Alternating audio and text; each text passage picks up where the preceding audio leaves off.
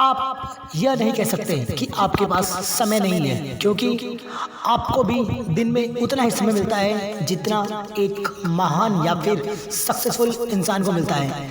दूसरों पर दोष देना छोड़ो या दूसरों की देखा देखी करना छोड़ो। अब करना है जो खुद करो और स्वयं पर विश्वास रखो और खुद की ताकत आजमाओ, दूसरों की नहीं।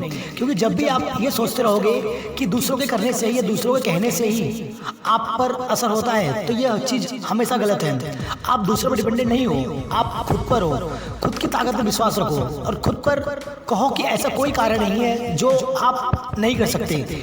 इसलिए दूसरों पर डिपेंड रहना छोड़ो, क्योंकि दूसरे इंसान को भी उतना ही समय मिलता है जितना आपको मिलता है। एक सक्सेसफुल इंसान को भी 24 घंटे ही मिलते हैं और आपको भी पूरे दिन में 24 घंटे मिलते हैं। अब आपको डिसीजन लेना है कि आप उस 24 घंटे में सक्सेसफुल बनते हो या फिर अनसक्सेसफुल बनते हो। विश्वास में वो शक्ति है जो उजड़ी हुई दुनिया को वापस बसा सकती है, और अंधविश्वास ऐसी चीज है जो भगवान की बनाई हुई चीज को भी पत्थर बना सकता है। इसलिए डिफरेंस दोनों में है, विश्वास में भी और अंधविश्वास में भी।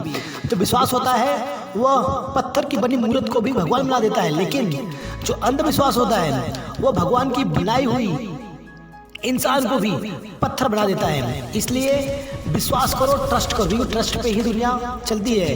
क्योंकि जब भी आप दूसरों में ट्रस्ट करते हो तब आप हमेशा एक नए मुकाम को हासिल करते हो। इसलिए विश्वास करना सीखो और दूसरों पर उम्मीद मत रखो कि वह व्यक्ति करेगा तभी आप सक्सेसफुल होंगे। हाँ, विश्वास रखो कि यह व्यक्ति इस कार्य को कर सकता है।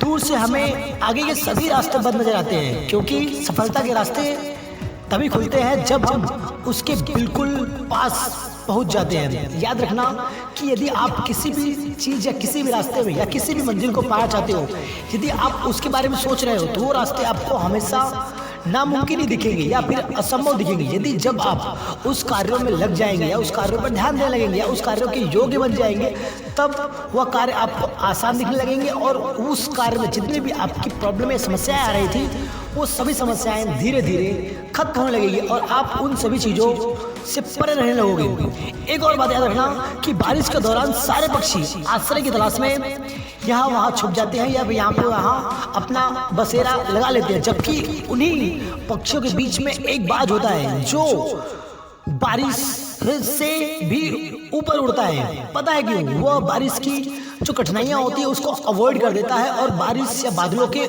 ऊपर उड़ता है, दूसरों की तरह आश्रय नहीं लेता है। तो सेम टू सेम ऐसा ही आपको भी बनना है। आपकी भी लाइफ में समस्याएं आती होंगी, प्रॉब्लम्स आते होंगे या फिर बहुत सी ऐसी चीजें जो आपको हरा सकती है या फिर असमंजस में डाल सकती है, तो कभी भी उनसे हारना नहीं है, उनका सामना करना सीखो। जिस तरह एक बाज करता है बारिश के साथ, क्योंकि बारिश की बूंदें भी सभी को एक डरा देती है या फिर भय में डाल देती है। जिस भय से लोग या पक्षी यहाँ वहाँ छुप जाते हैं, जबकि उसी की तरह बाज उसका सामना करता है। तो इसी तरह आपको भी हर समस्या का सामना खुद करना होगा, खुद उन समस्याओं से लड़ना होगा, क्योंकि जब आप समस्याओं से लड़ोगे तब हमेशा वो समस्याएं आपके सामने कम होती जाएंगी।